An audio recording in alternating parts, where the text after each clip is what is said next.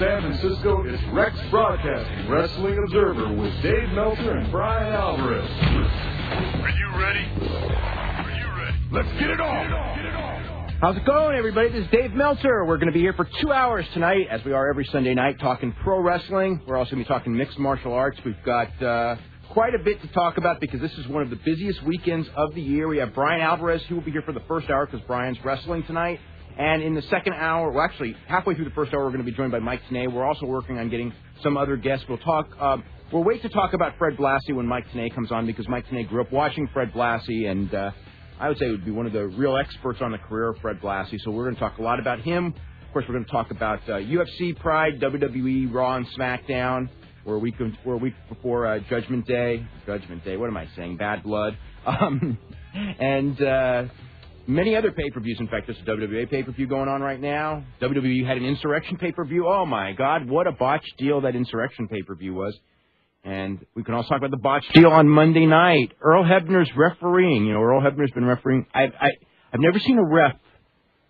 I've seen refs blow calls, but I've never seen a ref freeze up and just totally Earl Hebner did on Monday night in that six-man tag team match. We can talk about that. Brian, how are you tonight? I'm doing good. That's good. I guess, I don't know. I was 3-4-1 on UFC. I don't even know what I was, but I've officially retired from trying to call fights. Yeah, it is. I tell you what, that was quite the show. By the way, you can join us, although you can't join us right now because every line's busy at 1-800-878-PLAY, but when someone hangs up, you can jump on one of those lines. I want to get that out of the way as well. What were your thoughts when the show was over, Brian, on the UFC? I was happy with the show. I think it was, the main event. It was a hell of a fight and quite the. I don't even know if you can call it an upset, but it was one of those fights where nobody expected, I think, that outcome. And it was over, and I just left with the feeling like I got my money's worth, so I was happy. I thought it was a great show too. Our streak is over. I kind of figured by the end of this weekend something was bound to be good. Yes, and that show was very, very good. Yeah. The Randy Couture. Well, we're going to get back to talk about the Randy Couture Chuck Liddell match with Chuck Liddell losing to Randy Couture. That was an upset because there were odds as high as 3-1 on that fight, which I thought those odds were too long. But obviously, I did think Chuck Liddell was going to win. But you can never count out the better wrestler. But that's not what won the fight. Although he did out-wrestle Chuck Liddell, what won the fight was he out-boxed Chuck Liddell. And let's face it, nobody saw that one coming. We'll be back with more. You're listening to the Wrestling Observer Live on the Sports Byline Radio Network. Okay, welcome back to Wrestling Observer Live. I'm Dave Meltzer, editor of the Wrestling Observer newsletter, with Brian Alvarez of Figure 4 Weekly. We're here for 2 hours every Sunday night from 8 to 10 Eastern, 5 to 7 Pacific time on the Sports Byline Radio Network. And we were talking about UFC. We're going to talk a little bit about SmackDown in just a second. But, I have to say that Randy Couture, it was interesting to me about Randy Couture is that, for the most part, almost every fight I expect him to win, he's lost, and almost every fight I've expected him to lose, he's won. So I don't know what to expect next. I was going through the whole thing. I expected Kevin Randleman to beat him. He beat Kevin Randleman. The Maurice Smith fight, that's 6 years ago. Almost 6 years ago, the Maurice Smith fight. But I expected him to win that one, and I think that's the last one that I actually got right for him almost. But I expected Pedro Rizzo to beat him both times. He beat Pedro Rizzo both times. I expected him to beat Rico Rodriguez. He lost to Rico Rodriguez. I expected him to beat Josh Barnett. He lost to Josh Barnett. To lose Chuck Liddell. He beat Chuck Liddell. So I don't know what to say about the guy, but he's a tough, hard-nosed guy. He's a machine. Yeah. That was what I got out of it, was about, I think it was even in the first round. I remember looking at Randy and thinking, he is a machine and Chuck Liddell is a man. And that does not bode well for Chuck Liddell. But he's only a machine when I think he's going to lose. Maybe that's... When I think he's a machine, he becomes a man. Yeah. And it's funny because the announcers are like, well, he's done a little bit of boxing in the past and this and that, just totally downplaying. And then all of a sudden he goes in there and just outboxes this man. And I was like, wow. He is a killer. Yeah, if I've said this before, if Chuck Liddell or if Randy Couture was 33, 34 years old, I would have expected him to win, but not at, he'll be turns 40 in a couple weeks. And I just thought... Well, I mean, they mentioned all things about Randy. He's 40, but he's not really 40. The Eco Challenge and everything. Yeah, like that. but what about the last two fights he was in? I mean, the last two fights he was in with Rico Rodriguez and with Josh Barnett, in both cases he was dominating the fight. Huge men. They were bigger.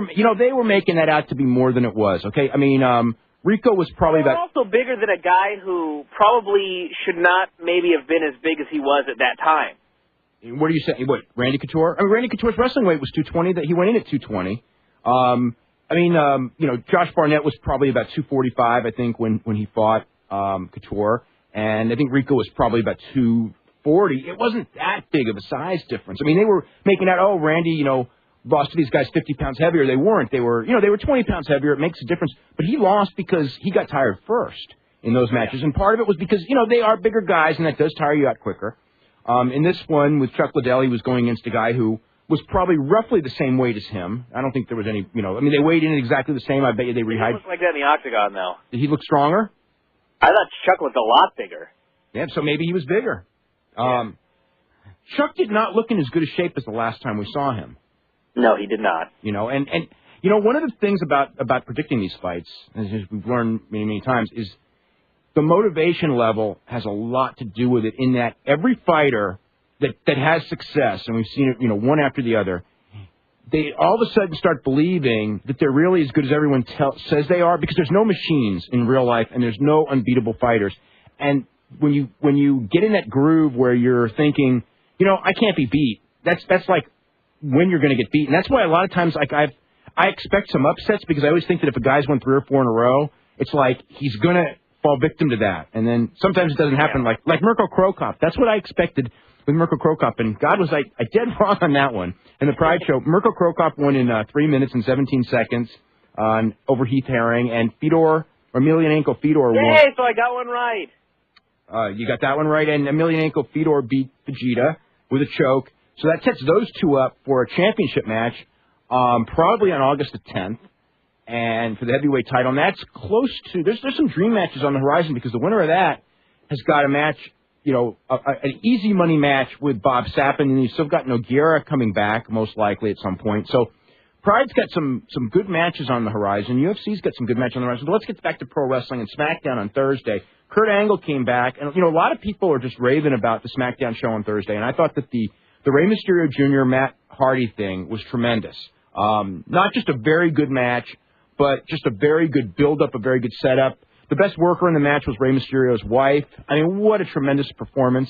And you left the show, and it made the Cruiserweight title mean something that obviously in 2 weeks will be Kurt Angle. I just thought that they brought him back, took everything off of him that needed to be there. They brought him back as Kurt Angle, the comedy figure, playing the ukulele. We're all happy to see Kurt Angle back, but he's never going to draw a diamond. That's how I viewed his return. Well, I mean, as soon as they played the milk thing, they had like the Angle retros throughout the show, and they played the one with the milk, and then they had the one with the guitar, and right there, I just realized that writing crew has no clue why Kurt Angle was never like a huge drawing card. And, and he never will. Back and made him the same comedy Kurt Angle, and it's just going to be the same thing it was before. A great, great worker who does not mean enough to really sell any tickets. And I just thought that, I was interested. I mean, I thought that the idea of him and Brock Lesnar, which is the planned main event for the next pay-per-view, and it looks like that's where they're going, pretty strongly, for the Vengeance pay-per-view. The one after the next SmackDown pay-per-view. And I was really interested in that. When that segment was over with him and Brock Lesnar, it was like, I could have cared less about seeing those guys wrestle. And, I mean, this is after WrestleMania, when they had that fantastic match with Angle with a broken neck. And now he's at least, feeling probably the best he's felt in, probably 8 years, seriously. 7 years since 96. So it should be a much better match. And they just took the edge off with those two guys.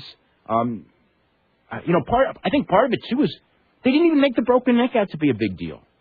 Yeah. I mean, he sort of mentioned it like, I worked at WrestleMania with the broken neck, but then it was over. But he didn't say it. They never said he went into the match with it. Yeah. I mean, even when Big Show grabbed him right around the neck, it was no mention made. Yeah. And I don't know. To me, I mean, one of the things that really frustrates me about this angle is because, these are the angles that, you and I could spend like 5 minutes and do the whole script of it. No problem. And then these guys who have a whole week just... Well, it's that whole week thing. I would know after 5 minutes I don't have to work on it. Yeah. Unfortunately, I think that everything is so overanalyzed, and they come up with an idea on Tuesday, and then it's changed on Wednesday, and then it's changed on Thursday, and batted back and forth, and Yeah, and that leads to insurrection, doesn't it? A pay-per-view where... It actually does, exactly. Because they had an idea on Tuesday, and then it got changed on Tuesday, and then it got changed on Tuesday, and then they just pulled the whole card. And on the Raw show in the UK, which airs on Friday, and the pay-per-view's on Saturday, on the Friday Raw show, they did not have a card for a pay-per-view the next day. And that's... Wasn't the pre-show like 3 minutes long with absolutely no listing of matches? Yeah. Now, they did on the SmackDown show, the morning of the show, have the matches, and they ended up with Triple H against Kevin Nash, which, after all the reports from the house shows on Triple H and Kevin Nash, and granted, I know we got to see it next week, but they have not had good reports anywhere, and why you would want... I don't know. Why you'd want to go with that. Why would you want to show that match to people? Well, especially after the last pay-per-view match they had didn't exactly tear the joint down. And yeah. This Which actually leads to the next pay-per-view, and that they have to do that now in a cage. And in Hell in the Cell. No outside interference unless they tear the door off like they do in 90% of the matches. Well, there will be, and they're going to climb to the top, which should be interesting. I just hope... Yeah, then what do you do on the top? I don't know. No one's going through. No one's taking a fall, that's for sure. I want to know how Nash is going to get up there and down. That's a good question. Maybe he won't go up. He can't climb that cage. He can't run. Kevin Nash, between Kevin Nash and Bill Goldberg, and, God, they are spending a lot of money for people that, in the case of Nash, that isn't worth it in the case of Goldberg, that they have just squandered. Squandered like you wouldn't believe. It's just, I don't know what to say. Call Incinerator. Yeah, what's funny is I kind of thought that was going to happen, but even then, even thinking that and knowing the track record that they botched everything, I really didn't think that they would botch it this bad. Although I did think they'd botch it. Well, remember, we even thought that. Well, at least I remember I was positive that it would be screwed up, but at the very least they would have one great month and one great pay-per-view match with Rock, and they did not even get that far. They didn't get past the first television show. He was wearing a wig. So, yep. And that was that. It went downhill from there. Except for that one great angle with the dasher boards. Like something must have went wrong that day when they came up with that idea. That was brilliant. It really was. That was one of the best things that they've done. Over in Japan on Pro Wrestling Noah, they got a sellout with that Kenta Kobashi and Taman Honda match with Jun Akiyama and Akitoshi Saito. I can't believe that. It's just like, how did they do that? And the Super Juniors tournament on Wednesday. Taman Honda. God, if you guys, I know most of you probably have not seen him. Oh my God. Just picture the Godfather, but the same age, but looking like older and more decrepit. And he's in the main event. Nowhere near the charisma of the Godfather. Oh no. Anyway, we're going to go ahead to a break. We're going to start taking phone calls when we come back. You're listening to the Wrestling Observer Live on the Sports Byline Radio Network.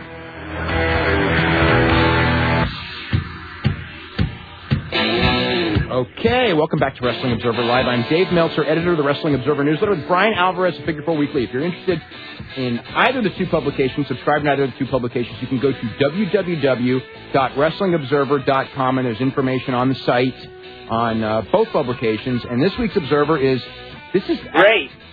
Oh, it's great? Yeah. Oh, thank you. I read it on the way to Portland, and it took me that entire time. Well, it passes the trips. A lot of guys, when they go on those plane trips, the Observer's like the deal, you know what I mean?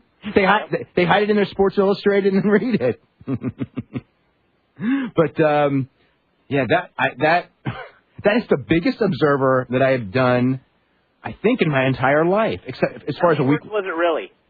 As far as a weekly goes, because I've done 24 pages, but that was with a different type where there wasn't quite as much information as this one. And, I've done double issues, when awards, but awards isn't as much writing as this thing was.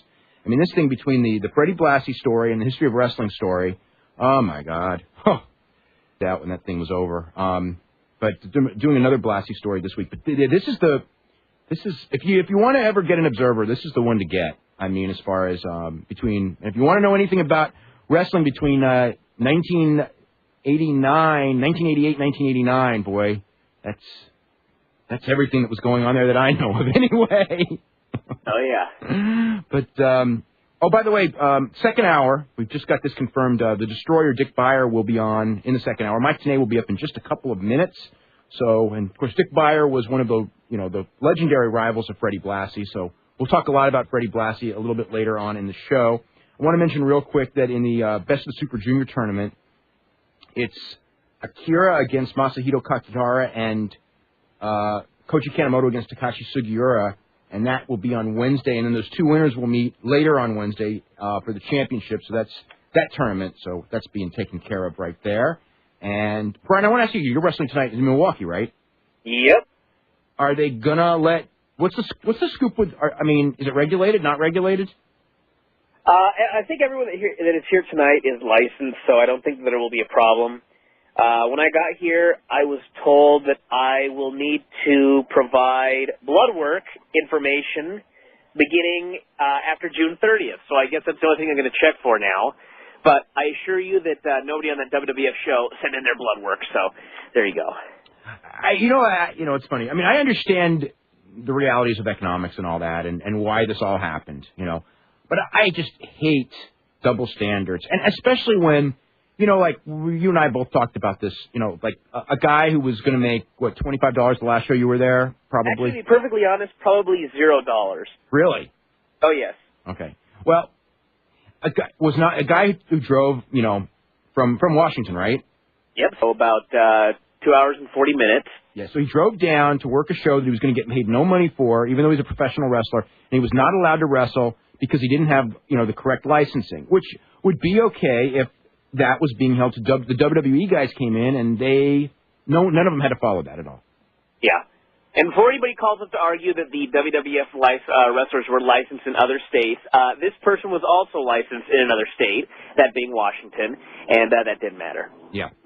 Anyway, let's go to the phones. We are going to start with Jonathan in Savannah, Georgia. Jonathan, what's going on? Hey, what's going on, Dave? I had a couple questions for you, but first I had an idea when Brian was asking how you could get Kevin Nash up on the top of the cage. Forklift. I think that's what I was figuring. You could Hello? You could have the return of Scott Hall. Hello? Hello, Brian. Yes? Oh. Mike, is that Mike? This is Mike Tenay. Oh, well, golly geez. Now everyone's here. Okay, well, we have Mike Tenay on the line as well, Jonathan. So anyway, finish with what you were saying. Okay, I was saying you could have the return of Scott Hall driving the forklift with X-Pac riding next to him. They could drive up, but instead the swerve comes here where Nash doesn't get up on the forklift. And you have the whole Triple H looks upset, but then you have Triple H doing the whole Hogan Nash thing from I can't remember what pay-per-view that was, but he does the finger poke. The finger poke. You have the return of the Click. Yeah, you've been watching too much Vince Russo booking. That's what I think. But my question is, you know what else they could do? They could lay down and we never even see the main event. Remember what that did? I'm thinking that might save the pay-per-view right there. Save the pay-per-view, but remember what that did to buy rates? That was the last buy rate WCW probably will ever do. We went on to do that. I had three questions for you. My first one, I wanted to ask you, what is the extent of Russo writing the TNA shows?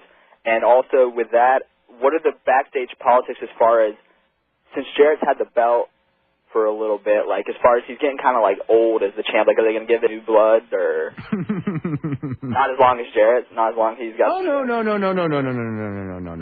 Things are gonna happen, and as far as Russo, obviously, you can watch the shows and you can see that he has tremendous input on the shows right now. Okay. And as far as the title, there's a title match on Wednesday. They'll make a big mistake if Jarrett keeps the title on Wednesday. And I don't know, not that they don't make big mistakes, but, we'll see. Okay. I can't hear the caller, by the way, so I don't think Mike can either. Yeah, the phone gremlins are back, guys. Okay, well, Mike, it's okay because you don't really want to be answering this question anyway because they're asking who's going to win Wednesday night in the TNA main event. So I covered it as best as we could. And my other two questions are, one is, I know you were talking about Kurt Angle earlier and about his return, and I was wondering, what do you think they should do with him after this match with Brock? Like, should he turn heel, or should Brock turn heel, or should they just stay, like, both faces, or... Well, let's ask Mike this one. Mike, You'll have to repeat it. I know. All I have is dead air. Okay. In this match with Kurt Angle and Brock Lesnar, do you think that they should go face versus face, or do you think they should turn one of them before the match? Oh, I think that before the match they probably should have one babyface and one heel, but I certainly wouldn't go right to Angle versus Lesnar. I think way too early to do that. I watched the SmackDown show this week, and I think that they had a great opportunity really to take advantage of Kurt Angle's return and position him as an incredibly strong babyface. And after watching the way that it was handled, I'm not exactly sure that that's the situation. Certainly he's going to be a babyface, but I thought they probably could have handled it in a different manner where it would have been even more cut and dried. Yeah.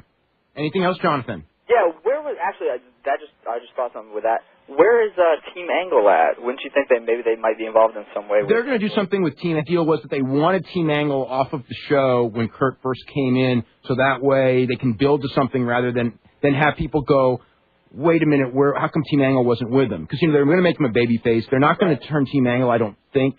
So they didn't want to blow it all in the first week. Okay, and I got one real quick one for you. Why are we seeing Big Show versus Lesnar again for I don't know what? Big Show versus Lesnar. Big. That's the brand extension limits your number of opponents, and the fact that they don't elevate anyone limits the number of opponents. And I think we're bound to see the same matches over and over again. How many times have we seen Triple H and Booker T on Raw? That's true.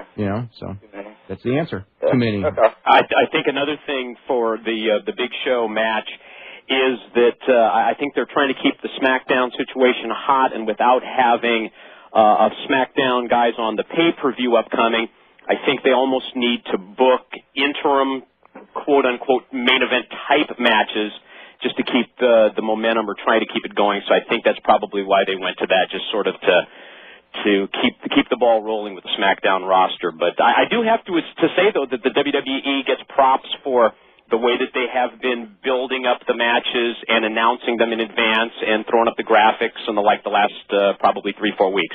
Yeah, especially they did a good job with Matt Hardy and Rey Mysterio. Yes. Can everyone hear everyone? I can now hear the callers, sure. Okay, so everyone's fine. All right. I want to welcome Mike Tenay, of course, the voice of NWA TNA, and, of course, Mike grew up. By the way, Mike, we're going to have Dick Beyer on later in the second hour as well. Tremendous. Just to let you know. But, you grew up, and, of course, the big star in Southern California when you started watching wrestling was Freddie Blassie, who passed away on Monday. And, you and I have talked about it, during the week. There's so many memories of Freddie Blassie. I mean, he was, for those of you who don't, I'm assuming most people here never saw his interviews in Los Angeles, and I didn't see most of them, but I saw some of them, and I heard a lot of them on audio tape. When you talk about a guy who could do an interview that made you want to go see a match, I mean, this guy was one of the greatest in the history of this business, without question. Yeah, without question. When we talked about it when you interviewed me earlier for the Wrestling Observer piece, and I tried to just position it in my mind because, of course, growing up, he was by far the best promo guy that and then as you add the years on to that and you have to factor in the Ric Flairs and the Steve Austins and the Rocks, I came to the conclusion that he was certainly, easily, without question, top 10 of all time and probably top 5, but certainly in his era, I think, heads and shoulders above everybody else. And just one of those incredibly larger-than-life characters. And I think probably the biggest compliment that we can give him, and this sort of came out of the interview that you did with me, was how anyone that was associated with him, tag team partner, opponent, whatever situation, they seemed to get such an incredible rub from him that they became just stars in that Southern California area that I think you could almost say where they rarely, those individuals, and there certainly are exceptions, but they rarely were able to maintain that kind of star status once they left Southern California and once they left that association with Blassie. Okay, we are going to go ahead to a break and talk more about Freddie Blassie with Mike Tenay right after this. You're listening to Wrestling Observer Live on the Sports Byline Radio Network.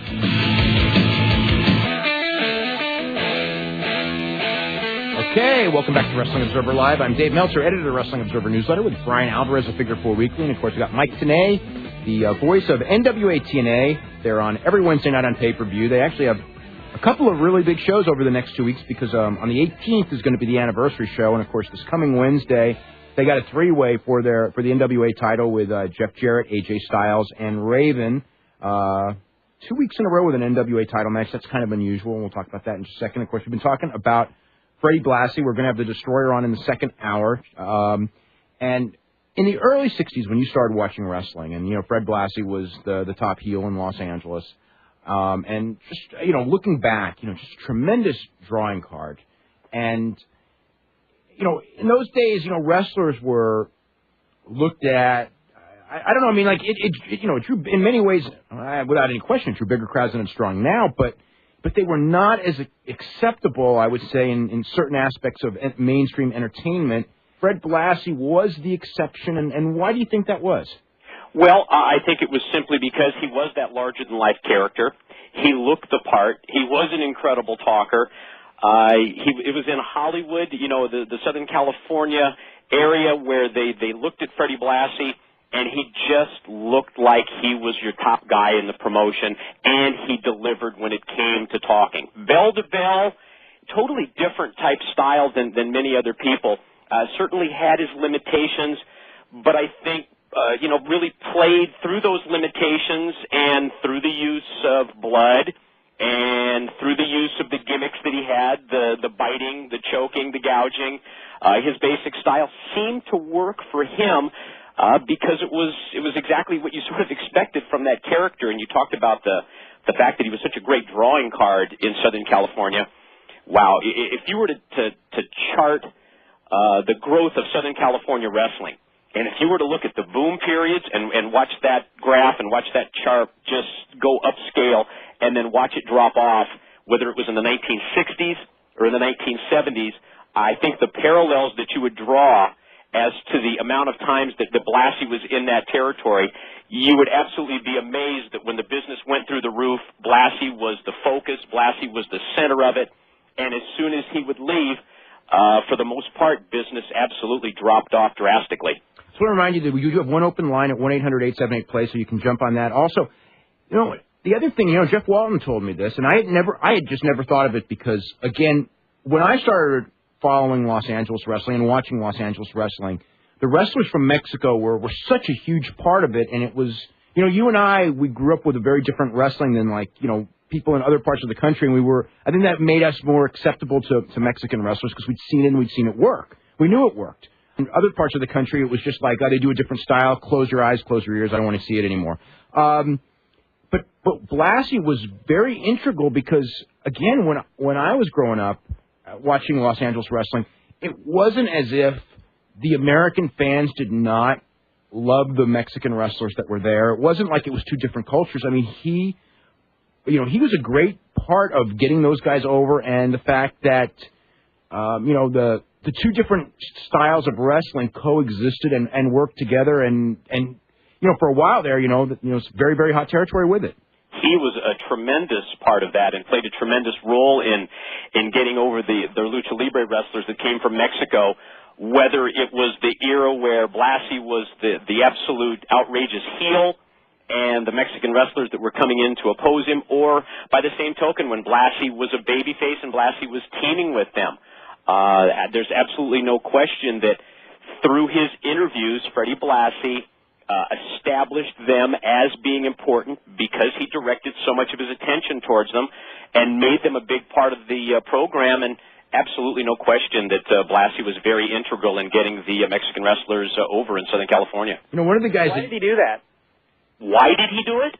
It was the right thing for business. Business. Oh, absolutely. I mean, I think that the one thing you can probably take out of the Freddie Blassie stories is that the guy knew how to draw money, plain and simple. And had an idea of how other people could and wanted to use them to their best advantage. Oh, man. I guess my question is why he had a clue when so many others didn't. Maybe he had I don't know, open mind? That is a really good question. I don't know. I don't know. I don't know why that you can say that others didn't, but I know that Blassie certainly had the formula for success. But I mean, in the early '60s, when the company did very, very Blassie and Destroyer era, there were not Mexican wrestlers were not a big part of that era. But not at all. It wasn't until the late 1960s and then on into the early 70s before the wrestlers from Mexico became any kind of a part of really the top part of the show. So now, one of the names, and you had mentioned this one to me, was Black Gordman, who, a lot of people will forget, but Black Gordman was, I guess he paved the way for Mil Mascaras, who came later, and Ray Mendoza, who, and those two guys, and, the list is endless. Raul Mata, Ruben Juarez, Raul Reyes, Chavo Guerrero, and so many others that followed. And Black Gordman came into Los Angeles as a babyface, and it was his heel turn, which was associated with Blassie. I believe they might have been tag team partners for a short term, but it was just that sort of boost that he needed to get him going as a heel. And then, of course, they brought in Goliath, and Gordman and Goliath became, one of the greatest tag teams, certainly of that era. Yeah. Let's go back to the phones. We're going to go to John in Chicago. John, what's going on? Hey, how are you guys doing? One thing, Dave, I think we all need to say is that tribute video for Freddie Blassie was one of the best things, maybe the best thing I've ever seen. It's funny that you say that, because I expected somebody was going to say that on the air, and I don't know how to say this without coming off bad, but disagrees greatly. I disagree. Yes, I disagree greatly, and I'm not the only person who disagrees greatly, because I've heard from many people this week who also disagreed. And what did you have a problem with? I know we didn't. There wasn't. I would have said. I think one thing. I wish there was more footage of him as a wrestler. Yeah, I think that they ignore. I don't want to knock them because they don't do it for anyone. They haven't done anything like this for almost anyone else. And believe me, I know that to the McMahon family, Fred Blassie was the grandfather that they don't have because Vince Sr. passed away years ago, and he's very close, and they are his family. But I felt you felt that their presence was too much in the video. I felt their presence was too much in the video, and I felt that the video was.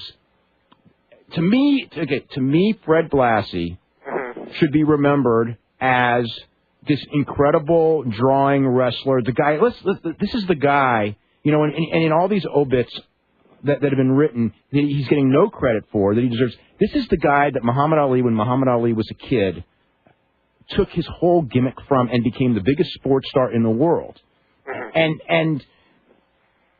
So this guy was Los Angeles wrestling. He was the biggest heel in Georgia for 10 years before Los Angeles.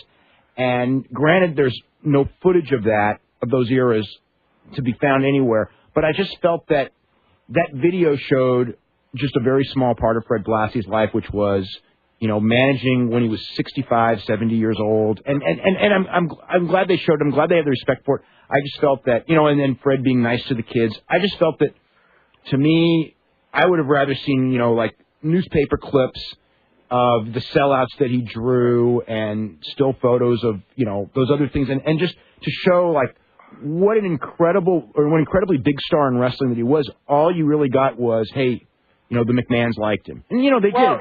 Dave, I understand. It was also, was it a day after they heard about, he was dying, that he was dying? I hate to say this, but we knew it for weeks. Mm-hmm. We really did. But I don't want to knock them, but especially, comprehensive enough? It's not comprehensive. That's not the word. My viewpoint is that they always look at the world, that the whole world is their eyes.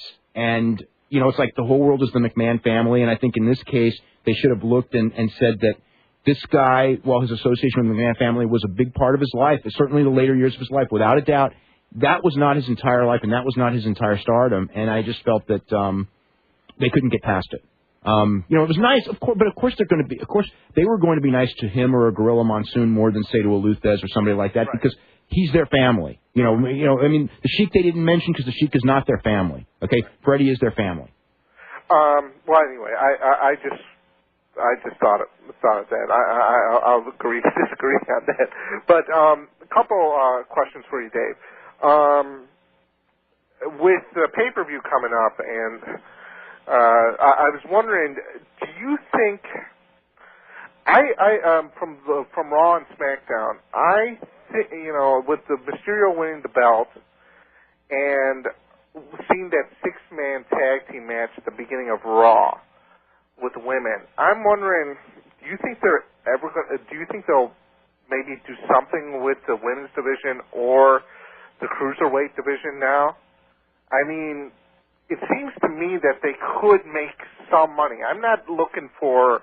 I mean, I don't think we'll ever see Angle Benoit out of the women's division or, the WWE Cruiserweight division ever to, be as close to, like, WCW. But it seems to me, I mean, you've got, Rey Mysterio there, could put good matches on.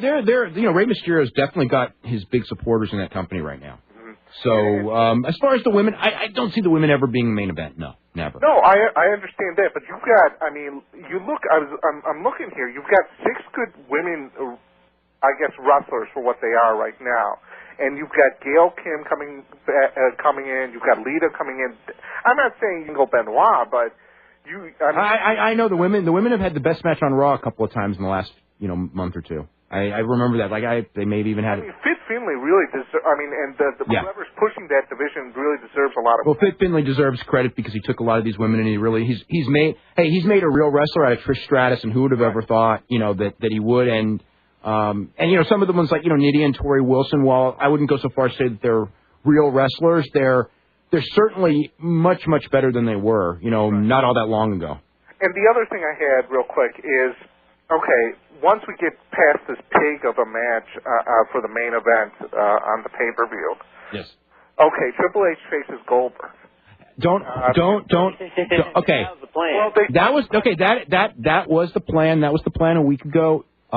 It may very well even be the plan today, but do not hold your breath. But once he faces Goldberg, I'm not saying if it's not coming up soon or if it's out in the future. Well, I mean theoretically SummerSlam. There's nobody else he can face. I mean, yes, I you're right. read these columns sometimes on the internet where people are defending him and saying Triple H is the only name in the Raw brand. Well, there's a reason for that, and that's not good. We got to head to a break, okay?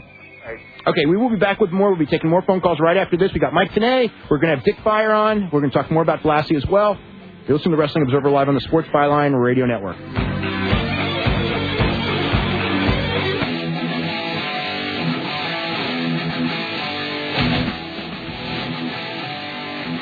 Newsletter.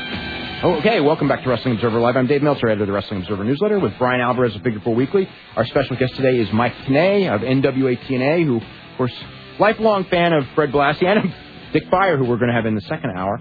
Mike, real quick before we go to the hourly break, I want to ask you your thoughts and your memories of the card at the Coliseum on August 27th, 1971. At the time, it was the biggest show in the history of Los Angeles wrestling. Many would say the biggest show to this day in the history of Los Angeles wrestling, even though then they've had some WrestleManias there. Yeah, absolutely was, and it was because of the great build-up to the show.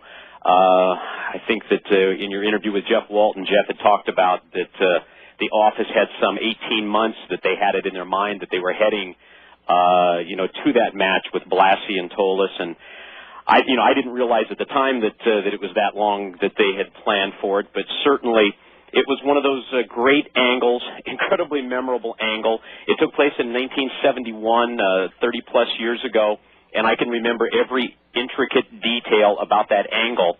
And scarily enough, there are some that took place within the last 7 days that I've already forgotten. And it was just one of those things that you'll forever. Build was great. They certainly were not in a rush to get to it. Can you imagine? They actually went on TV, and because Blassie was going to have some other surgery, they told you where you could go, what hospital, City of Angels Hospital, to go visit. He remembers the hospital. Because I went to visit Blassie as a kid in the hospital. Oh, my God. Okay. I mean, it was just one of those things. It was, what can I say? I remember every last detail about it. The execution of it was tremendous. The way that they followed through on the angle, the way that they gained an incredible amount of business in the interim time period, even though Blassie was nowhere to be found on the cards, because they would bring in the challenger for Tolis, and they brought in all the big names that were there to represent Blassie, i.e. Mil Mascaras, and they were there to fight the fight for Freddie Blassie. and it was just done the proper way with the proper build, and you look at it, and bottom line, it just turned into the biggest angle, I guess, in the history of Southern California wrestling. Okay. Bar Clothing, right? Bar Clothing, he won the trophy for Wrestler of the Year before Tolis threw the dreaded Monsel's powder in his eyes. That's right. Brian, anything you want to add to any of this? I want to use Monsel powder at angle now. Then go find Dr. Schwartz. Brian, you got to get going? I got to get going. Okay, Brian's wrestling tonight in Milwaukee, Oregon, and he'll be back in a couple of weeks. And we'll be back with Mike Tenay right after this. You're listening to the Wrestling Observer Live on the Sports Byline Radio Network.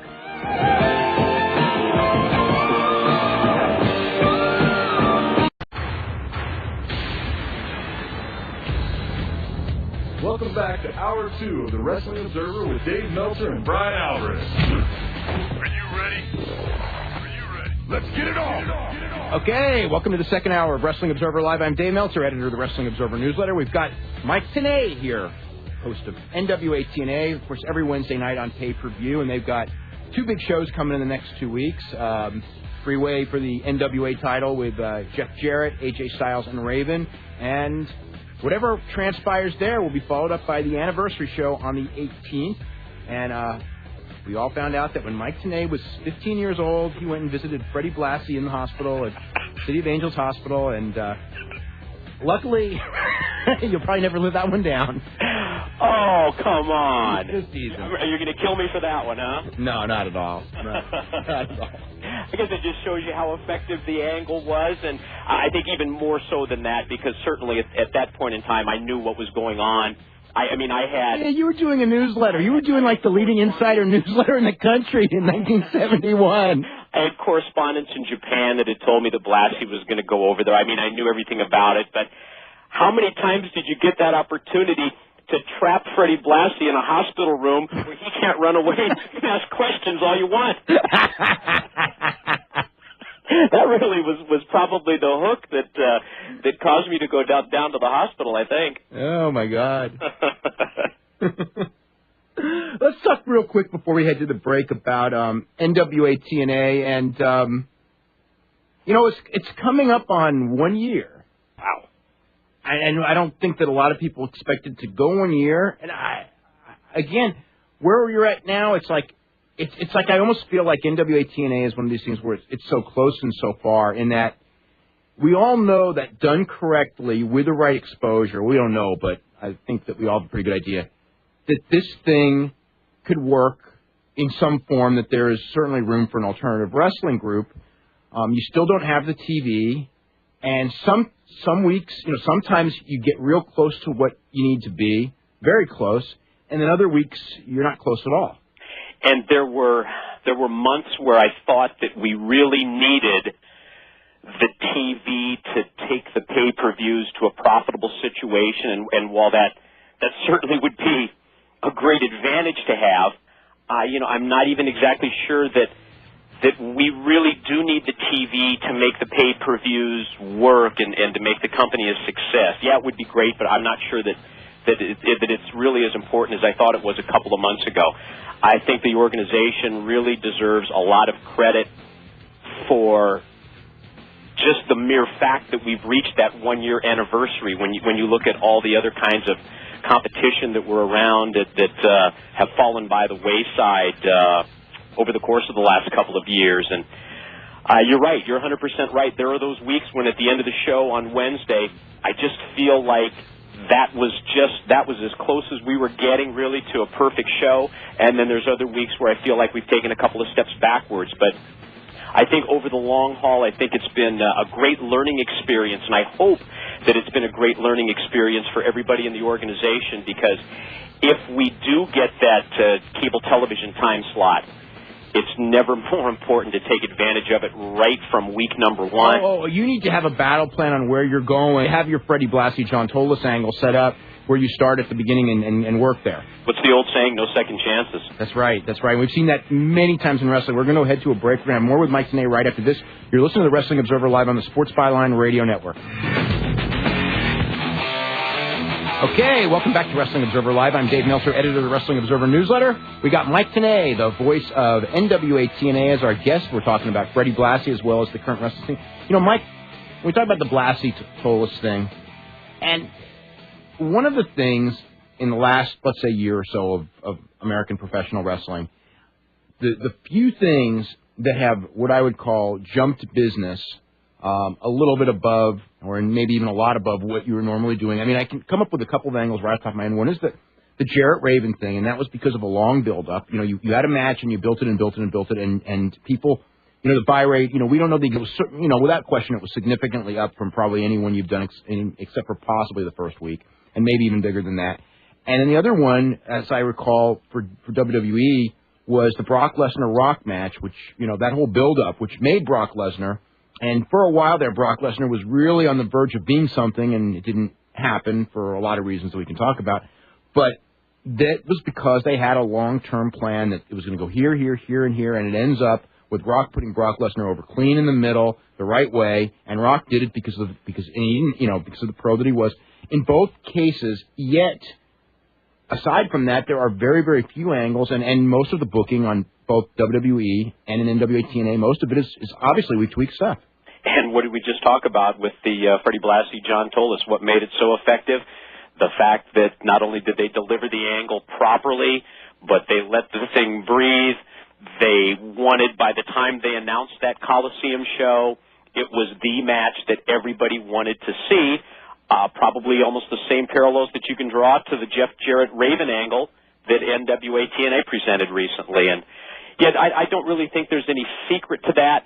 But I think so many times you almost feel, I guess, from a booking standpoint, and it's a trap that we've seen everybody fall into, that, you know, you have to just keep delivering at such a rapid pace when oftentimes, more than not, I think, less really can be more, especially in terms of the number of angles on a show.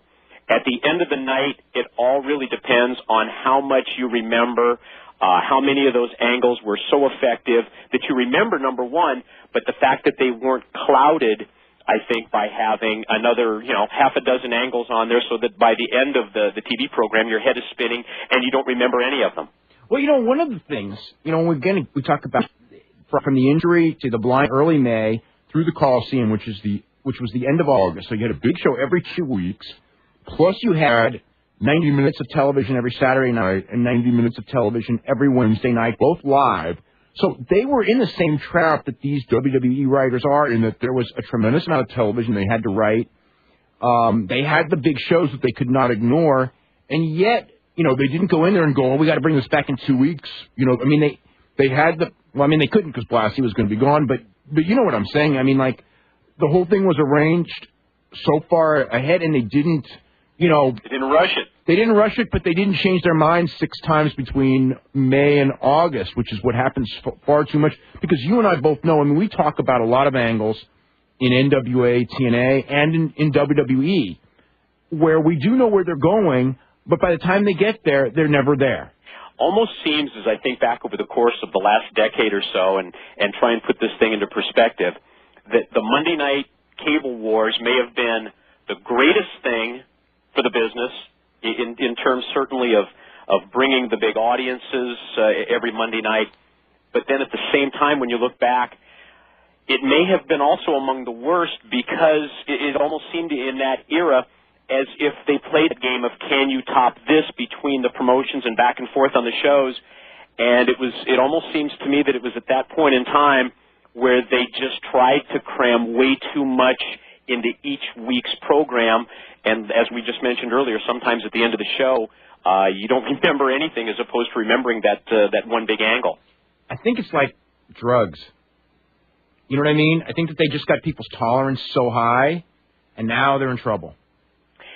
Yeah, I think that certainly can, you know, I guess you look back at it and see that that's the way. Plus, it's sort of that's the way that the stock now presented to people, and I think that a lot of people in management positions feel like they can't slow down the pace of the show, which I think may be a mistake. Yeah. Let's go to Derek in Salisbury, Massachusetts. Derek, what's going on? Hey, what's up, Dave? Not too much. Really quickly, I want to talk about Fred Blassie, but really quickly, you mentioned Taman Honda earlier. Yes. Now, if you listen to some people on the Internet, Taman Honda is apparently the 20th best wrestler in the world. He's not. I know that, but people go out and say that. But Brian, I think Brian wishes he was on. He's been writing me jokes about that one. But anyways, about Freddie Blassie, I was reading something on one of your associate websites that at the Freddie Blassie Memorial Funeral yesterday, Vince McMahon actually put a WWE shirt on Freddie Blassie. I heard at the viewing. I don't know if he may have at the funeral too, but I know I heard that at the viewing. Yes. No, I don't know, but I think that crosses the line just a little bit. But no, it didn't. You know, it's like I wasn't comfortable with that either, and I wasn't there. I don't know the whole situation with it, and I know, believe me, I know that family loved Freddie Blassie. Okay, I mean, but yeah, boy, it sure sounded bad to me. Yeah, but that's just how I felt. But anyways, that's again, they live in a different world. I mean, they really do. They really live in a different world. It's the McMahon world, and I think that's one of the problems that's with that company right now is that the McMahon world and the real world have really separated a lot in the last year or two. Oh, I totally agree. Now, looking at the book, I was reading part of it this morning, but there's a part where Freddie Blassie said that, in his opinion, Chris Benoit could take any of the quote-unquote shooters or legit wrestlers with the legit backgrounds back in the 30s, 40s, and 50s, and nobody ever gives that enough attention. Now, between you, do you think that somebody like Chris Benoit could handle situations like that, or even any other wrestlers, not like Kurt Angle or Brock Lesnar, because obviously they got the legit credentials, but like somebody like Chris Benoit could handle themselves against, say, a Lou Thesz or Dick Hutton or Jack Briscoe, et cetera. I don't think that Chris Benoit, in his wildest imaginations, as far as like Lou Thesz, Dick Hutton, and Jack Briscoe, no, absolutely not. You're talking a totally different league. But I mean, I know what he's saying. And this is one of the things about Fred that he. A lot of the old timers will say that like the wrestlers of their era were better, and they'll knock the guys. And Fred Blassie was very much that overall, when it comes to depth and things like that, that the wrestlers of today were better as a rule than any other era. And I've watched for 30 years, and Mike's watched for 40. And I mean, in my opinion, in athletically, they're certainly better. I think that there's a certain handling of the ring generalship and stuff that some of the old time wrestlers, certainly the best of the old time wrestlers are as good as the guys today. And when it comes to interviews, I think that the top wrestlers, as a rule, were probably slightly better. However, if you're talking about a Steve Austin or a Rock or a Ric Flair, they're as good as any wrestler of any era when it comes to talking.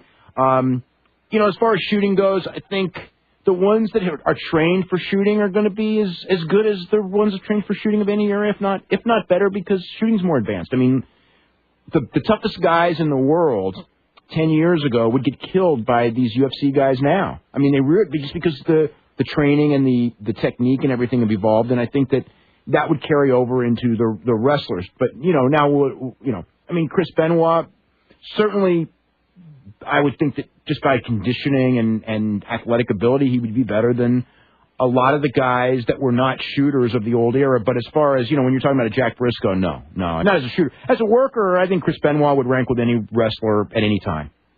Oh, certainly. I agree 100%. Mike, what's your thoughts on all this?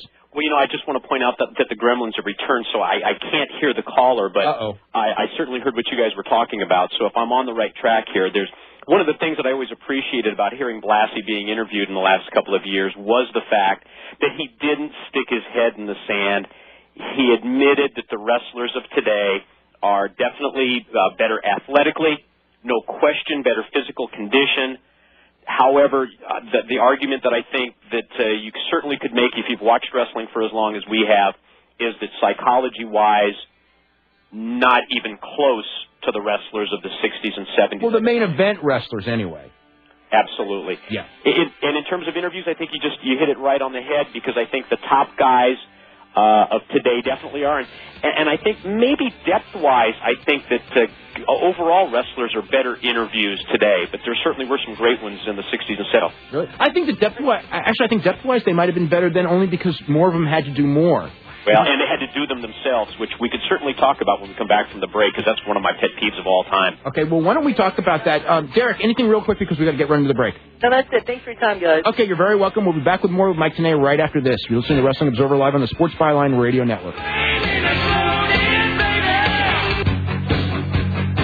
Okay, welcome back to Wrestling Observer Live. I'm Dave Meltzer, editor of the Wrestling Observer newsletter. We've got Mike Tenay of NWA TNA, and momentarily we're going to have Dick Beyer, the sensational intelligent destroyer. We're going to be talking to Dick about Fred Blassie. We've been talking a lot about Fred Blassie, who passed away on Monday at the age of 85, one of the great, just larger-than-life personas of his era in professional wrestling. And, again, that as a kid growing up, and Mike Tenay saw Freddie Blassie a lot more than I did, but I can remember, listening to Freddie Blassie's interviews, and boy, I just got to tell you, it's like, when you watch Ric Flair's interview on Monday, that's the level that Freddie Blassie was at when it comes to interviews. That thing where it's like, when he's done with that interview, you had to see the match, and that's why, Fred Blassie was such an incredible drawing card. When you're talking about, again, in the early 60s, there were weeks where they would run the Olympic Auditorium. They ran it every other Friday. That was the big show. And then they would run it every Wednesday, which was the TV taping.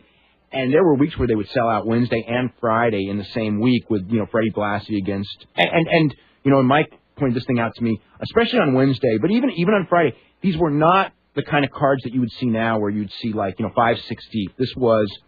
Fred Blassie against Destroyer, Fred Blassie against Mr. Moto, Blassie against Carpentier or somebody... And then the undercard, you had a good tag team title match, and the rest was all preliminaries.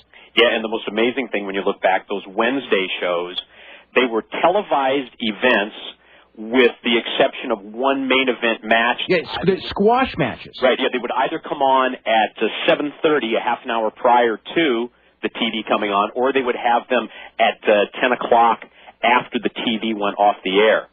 And that's the most amazing thing when you look back at the sellouts that they had, which was a crowd of 10,000 usually in that neighborhood at the Olympic. Amazing. And if we can just touch for another second on the scripted interview aspect. That's right. I was going to bring that right up. Wow. Okay. Talk about that, because I know that's one of you said is one of your pet peeves about the current wrestling. I was just thinking this. Outside of his appearance on Dick Van Dyke, Freddie Blassie never had a word scripted for him by a writer. No, and he did all those talk shows, and he was winging every word of it then, too. And what do you think this past Monday? How much of that Ric Flair interview from this past Monday do you think was scripted for him? Actually, I don't think much. I don't think much either. Yeah. Absolutely. That's what I mean. And if you go back and look at some of the other promos on that show and compare them to that interview by Flair, to me it was Flair's best interview. I don't know. I hate to say since he's gone to WWE, but I think so. Am I over-exaggerating things? It was one of them. It was. There've been two, or there've been a few like that, but again, but it's one of those things where Flair always could do it, and they didn't even know it. I think now they realize it, and to me, it also shows how much the business has changed just in the last half dozen years or so. Because it used to be part of really the wrestler's overall package that he was able to come up with and deliver his own interview. What separated Fred Blassie from the other wrestlers in the territory at that time. That's what made Fred Blassie not only the top draw, but arguably in that territory the highest paid wrestler. Yeah. It was as important as his bell-to-bell work.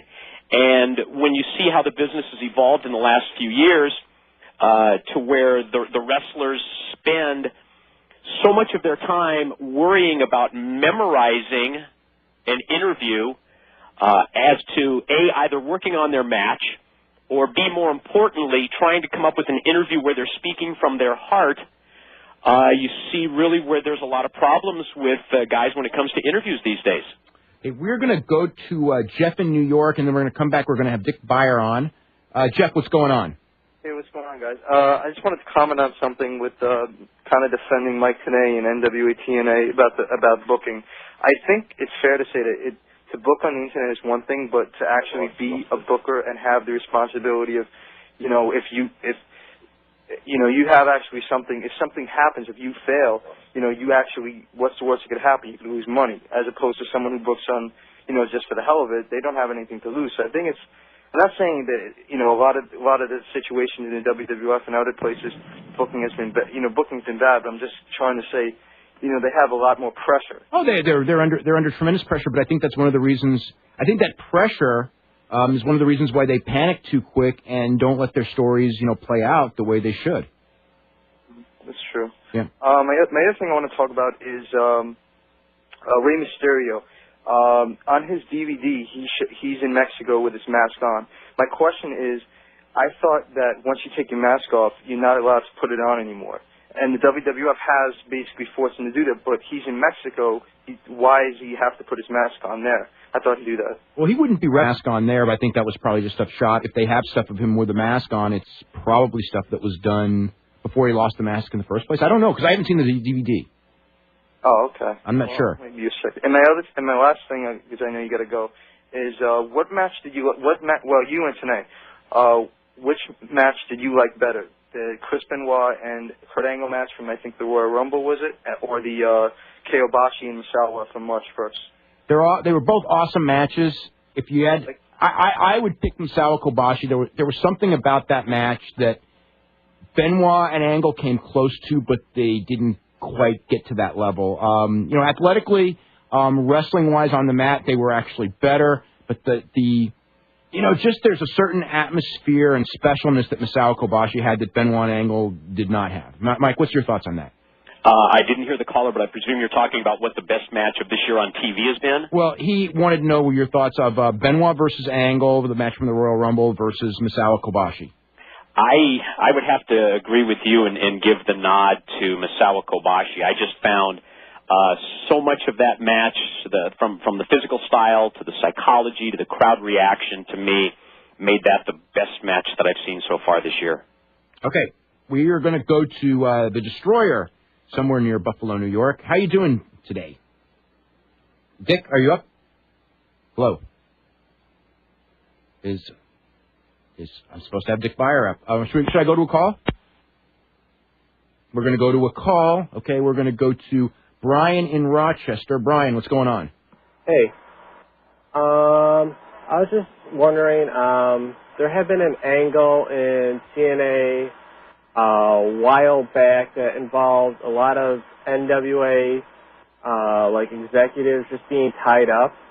Mm-hmm. I was wondering, where was that angle going? I'll ask Mike that. Mike, do you remember the angle in TNA where they tied up, I think, Bill Behrens and some other people? And do you know where that was going? I'm sorry, Dave. Your phone dropped out. You said something about an angle in NWA TNA, and then I lost you. Okay, an angle in NWA TNA where Bill Behrens was tied up, and I think some other people were tied up. You remember that one? I know that we've done that, I think, with Bill a time or two where he was tied up backstage. Yeah, do you know where that was going or what the purpose of that was? I don't remember specifically, where that was headed, to be honest with you. Yeah, I think it was just something that they did something momentarily for the night. Yeah, maybe. Anything else, Brian? Also, what was this? They've been doing something where Eric Watts has been mentioning Eric from WCW. Yes. Now, I noticed that it hadn't been mentioned last week. So does that mean that angle is going to be dropped, or what's up with that? That's a very good question, Mike. He was asking about the Eric. Eric Watts did not mention Eric W. last week as he had in every other week. Does that mean that the angle's dropped, or? We know Eric Bischoff wasn't coming in no matter what, if that's what you mean. Everyone knows that. Yeah, it does seem as if over the course of the past couple of weeks that Eric Watts' character has sort of taken that. Well, now he's a babyface, so now he's not going to be doing that. Sort of taken that turn, and now with the association with Goldilocks, and now the rivalry coming up, it certainly appears to be with Kid Cash. You're right. As far as I know, I can't tell you exactly why, but certainly did not mention the Eric this past week, the other Eric. Yes. Do we have Dick Beyer up? Okay. Anything else, Brian? No. Well, I was going to comment, if they were just going to drop that, if they were just going to, say, Eric Watts was going to end up being, the Eric from WCW or something like that, but... I don't know. I don't know what that was going to end up being, really. Also, whatever happened to Percy Pringle? Mike, what happened to Percy Pringle? Wow, what happened to Percy Pringle? He's, he hasn't been on our show for the last couple of months, and the only thing that I can presume is that the decision was made by management, NWA TNA executives, not to bring him back because now months have gone by. I certainly heard that he was going to be coming back and, bringing in new, but that just has not developed. I saw him last at the Cauliflower Alley Club reunion in Las Vegas. He was hoping to come back. But at that point in time, which was, probably a month and a half or so ago, he had not had contact with the office, so he, I don't think, was expecting to. Okay. Is Dick up? We have Dick Beyer. Hello, Dick. Yes. Dick, how are ya? I'm good. How are you? Hey, we're doing really good. We got Mike Tenay on and Dick Beyer. And we wanted to have you on. We're very sad to hear about the death of Fred Blassie, and he was... a lot of people don't know this story. People who read his book do know this story, but he was very instrumental in the basic change of your career and you becoming a superstar in the industry. Well, I don't know whether basically he was influenced that, but he was definitely a very big part of my change, so to speak. I wrestled Freddie for the WWA title in Hawaii, probably in February of '62.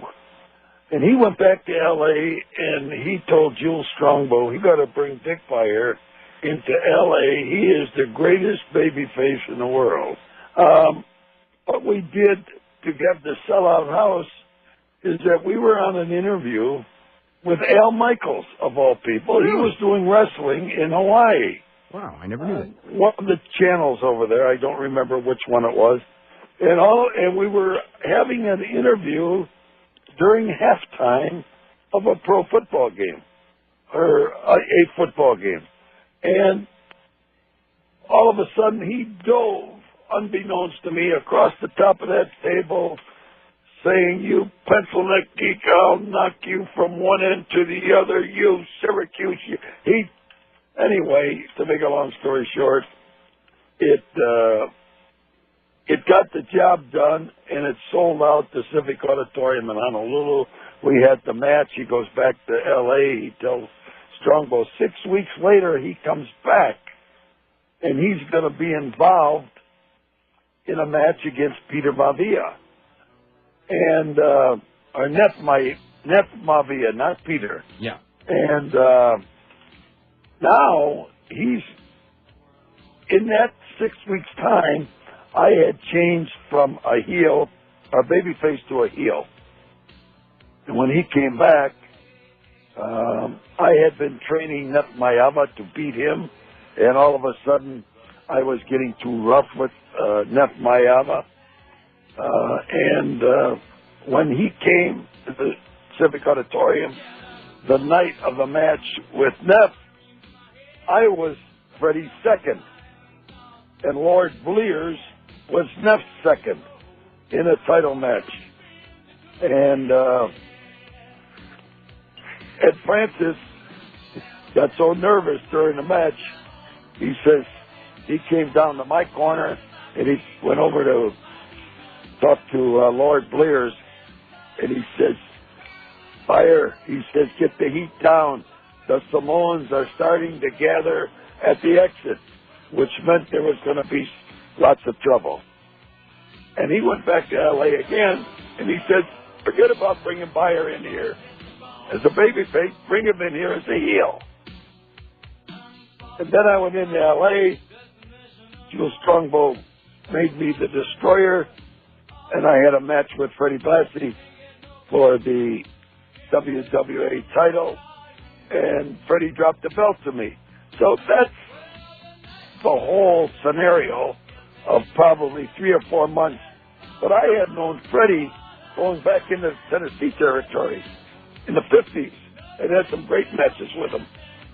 Dick, can you hold on just a second? We have to do a commercial break. We're going to come back with more with Dick Beyer and, of course, Mike Tenay as well, talking Blassie. We'll be back right after this. You're listening to the Wrestling Observer live on the Sports Byline Radio Network. Okay, Hey, welcome back to Wrestling Observer Live. I'm Dave Meltzer, editor of the Wrestling Observer newsletter. Of course, we have Mike Tenay of NWA TNA with us, and Dick Beyer, National Intelligence Destroyer, one of pro wrestling's all-time legends. We were talking about Fred Blassie, who was very instrumental in Dick Beyer's break as the Destroyer, one of his leading rivals in the early 60s and again in the 70s. I guess you knew Fred, for, looking back, about 45 years? More than that. I met Fred in 55. Wow. Down in, actually it was Kentucky, Tennessee, Mobile, Alabama, Nashville, Tennessee. Mm-hmm. We had some great, we had some great times together.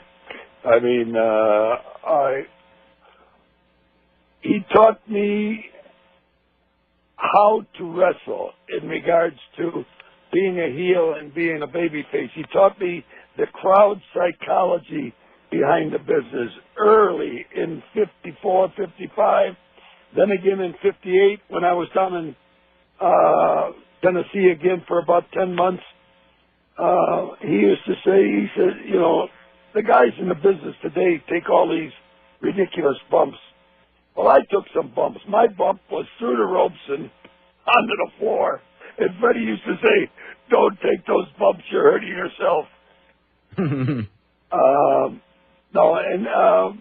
I learned a lot from Freddie by just listening to him. When I first got in the business, Fred Al Half down in Columbus, Ohio, told me, he says, watch O'Connor, watch Buddy Rogers, watch Blassie, and take a piece of each one of them and put it into your own style. And he wasn't the only one that told me that. Pat O'Connor told me the same thing another night. He says, if you like my arm drag, use it. If you like this, use it. He says, but perfect it. So this is the way business was back in the 50s. Most of the guys you wrestled against helped you. Now, in the 60s, when you were in Los Angeles, and I guess when you were about to leave Los Angeles, there was a big match that you were building up with Fred Blassie, and you were supposed to lose your mask. And what happened behind all that? Well, Jules Strong will come in. I'm not so sure it was with Blassie, but they announced that if I lost, I was going to take the mask off.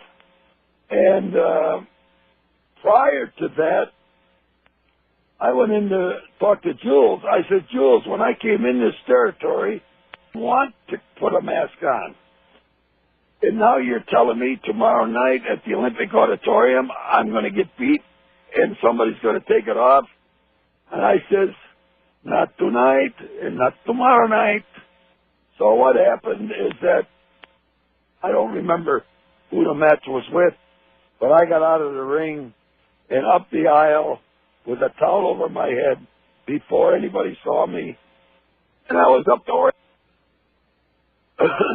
and then 10 months later, Jules was on the phone. He says, we need you to come back. I says, well, why did you do what you did before if you needed me to come back? What they did after the match, originally, when they pulled the mask off and I put a towel over. And then he goes up in the middle of the ring himself and he says, we know that guy was Dick Beyer. Oh, really? Yeah. So, but it was never publicized. Yeah. But it was announced. Mm-hmm. And so when I came back, I says, Jules, I says, I am the Destroyer forever. If you want to work something around the mask, you got to do it so that I don't lose the mask. And that's what I had done. What is there any dynamic as far as with Blassie in Los Angeles? What do you think made him like the king of that territory?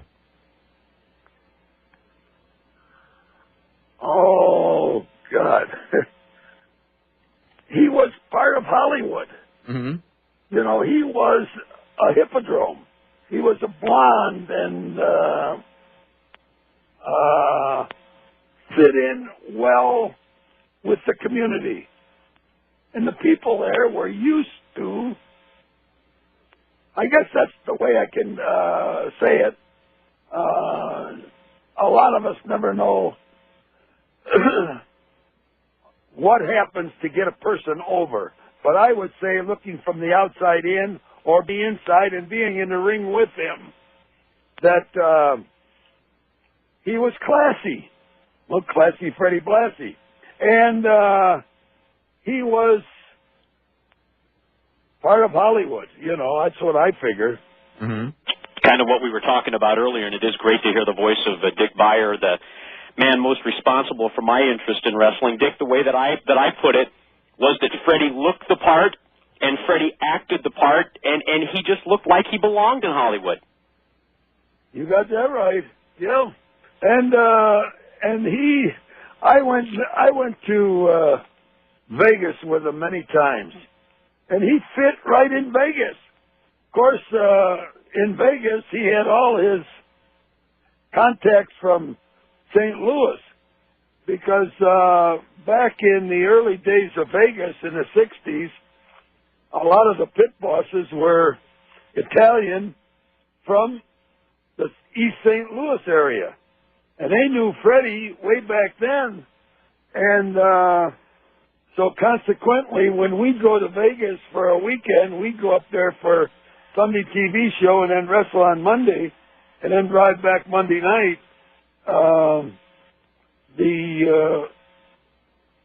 We never paid for anything. Freddie, you used to get free passes to go see this pit boss, go see this guy on the door, going to see Frank Sinatra or Danny Kaye or any entertainer you can think of. We never paid. Of course, the other side of the foot is we used to get all the passes that we wanted through matches, and all these pit bosses were wrestling fans. So we'd get 8, 10, we would give our tickets to Monday Night Wrestling to the pit bosses. So one hand fed the other. I'll tell you one story about Freddie and I going to Vegas. He got a brand new 1965 Chrysler 300. And we go to Vegas out of San Bernardino, because we worked San Bernardino Saturday night. And it was just Blassie and I going into Vegas. And we're going to stay over Sunday night and Monday night and leave Tuesday morning to go to Long Beach Tuesday night. And we got this nice big Chrysler 300. And it's about 110 in the shade. And that damn air conditioner doesn't work. And you want to see somebody mad at Chrysler.